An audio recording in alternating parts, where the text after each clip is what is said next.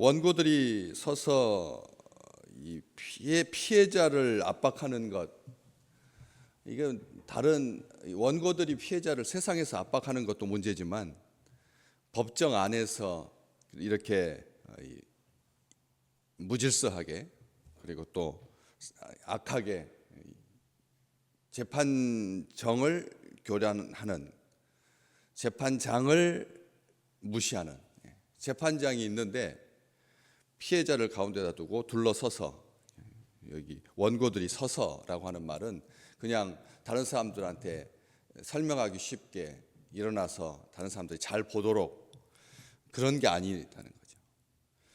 피해자를 겁박하고 위협하는 것. 법정 소란에 대해서는 재판장이 그 질서를 유지할 책임이 있습니다. 자기가 못 해놓고 유대 종교 지도자들이 바울을 고소 고발하고 그리고 위협을 가하는 이것에 대해서 책임을 져야 되는데 자기 이거 핑계를 대는 거잖아요. 사실은 정확하게 말하면 원고들이 서서라고 하는 이 말 자체가, 우리나라에서 법정 소란죄는 그냥 영장 없이 20일간 구류할 수가 있습니다. 그렇기 때문에 이게 심각한 거죠. 사실은 원래는. 게다가 내가 짐작하던 것 같은 악행의 혐의는 하나도 제시하지 않았다라고 하는 다음 말도, 재판장은 짐작으로 해서는 안 되는 사람이죠. 다른 사람은 몰라도 재판장은 짐작으로 해서는 안 됩니다. 반드시 사실에 근거해야 되고 그리고 정확해야 되고 공정해야 하죠. 이게 재판장의 의무입니다.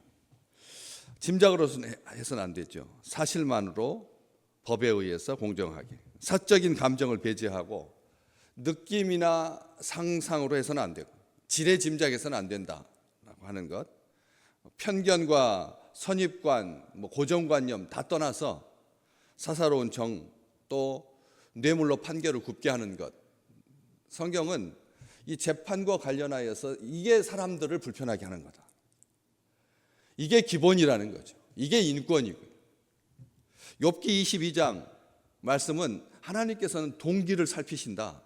엘리바스가 욥에게 한 그 말에 보면 하나님께서 동기를 살피신다. 마음의 중심을 보신다. 짐작으로 하지 않으신다. 죄인 만들지 마라. 이게 취지거든요. 이게 오랜 세월을 살아온 인간의 지혜이고 하나님께서 주신 마음입니다. 그렇기 때문에 성경에 기록해 놓은 거죠. 바울을 범죄자 취급하고 있는 겁니다. 사실은 뭐라고 했냐면 내가 짐작하던 것 같은 악행의 혐의, 이것을 하나도 제시하지 않았다라고 하는 말은 이 재판장 베스도는 바울이 범죄자라고 생각하고 이 재판을 진행하고 있다는 거죠. 그래서는 안 되잖아요. 로마 법은 원칙이 분명하다고 말씀드렸습니다. 무죄 추정의 원칙, 무죄 추정의 원칙.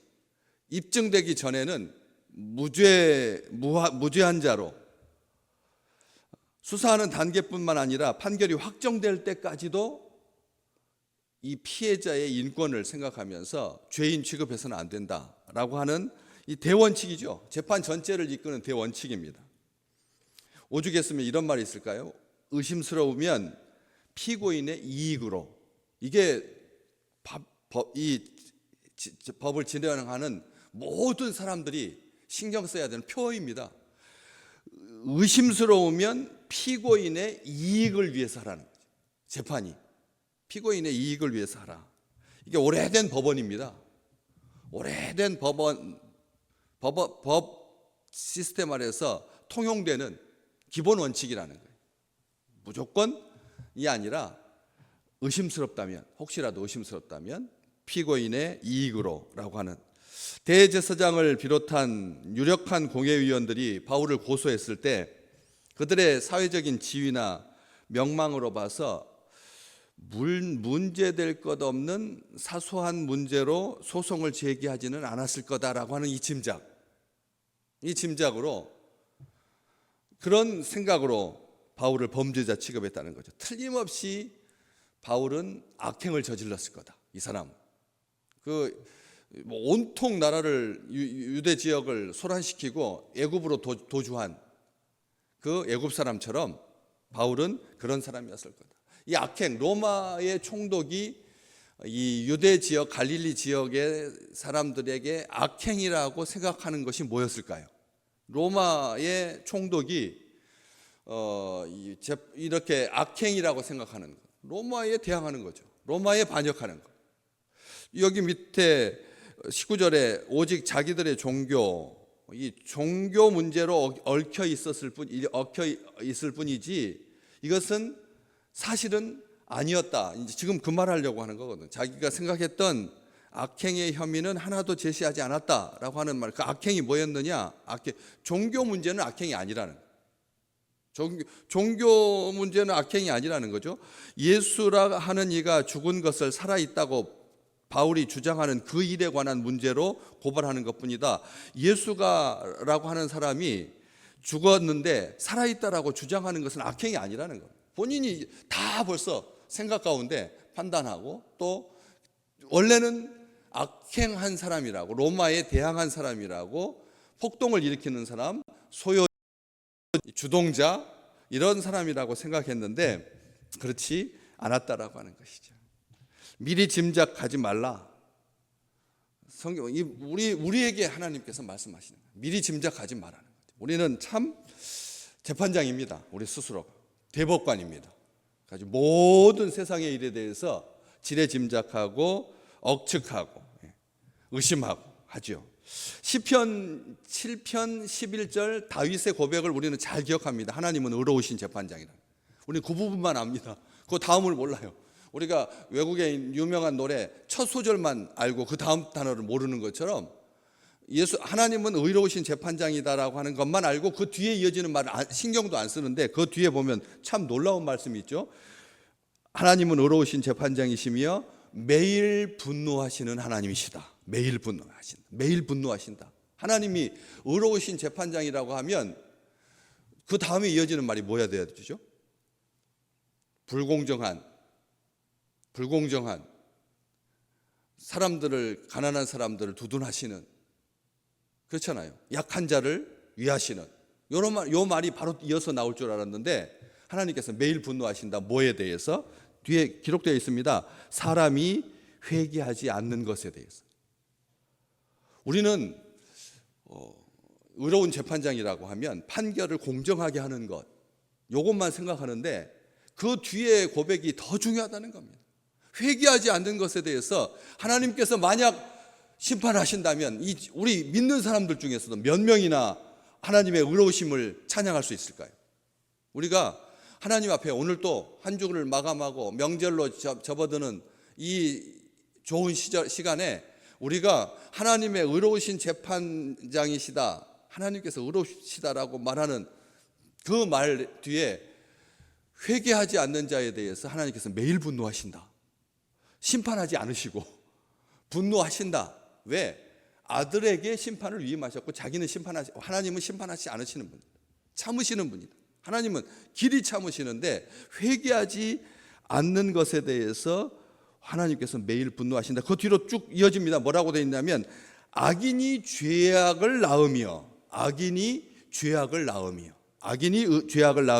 어떤 죄악? 웅덩이를 파서 만드는 죄악.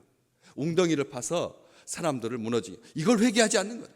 이게 악한 사람이라는 거예요. 이걸 회개하지 아니하고 이게 악함이라는 거죠. 웅덩이를 파서 사람들을 빠뜨리려고 하는. 그 하나님은, 다윗은 고백합니다. 분명하게. 뭐라고? 자기 고백입니다.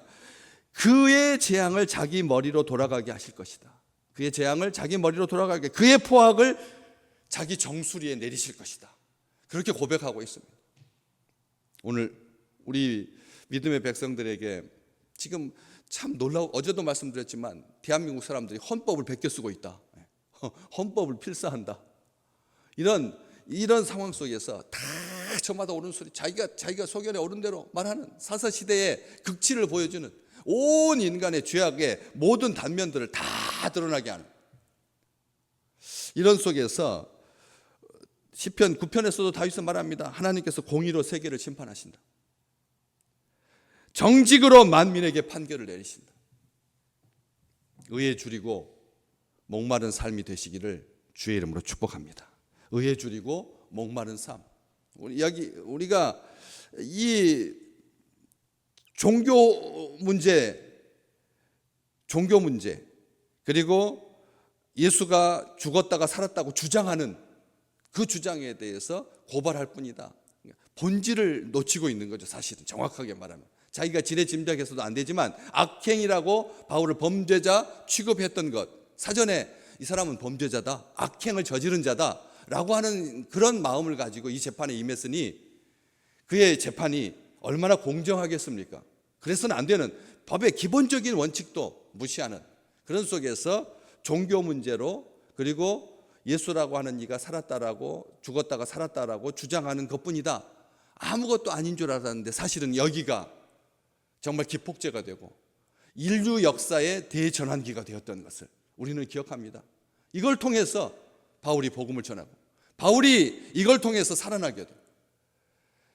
총독의 그 예리한 관찰력으로 종교 문제였을 뿐이었지만 이 종교가 정말 사람을 살리고 죽이는 근본적인 출발점이 되었다라고 하는 것을 안다면 우리에게 부활의 소망을 가진다라고 하는 것이 아무것도 아닌 것 같고 정말 그냥 별 볼 일 없는 것 같아도 이 소망이야말로 하나님께서 인류의 역사 가운데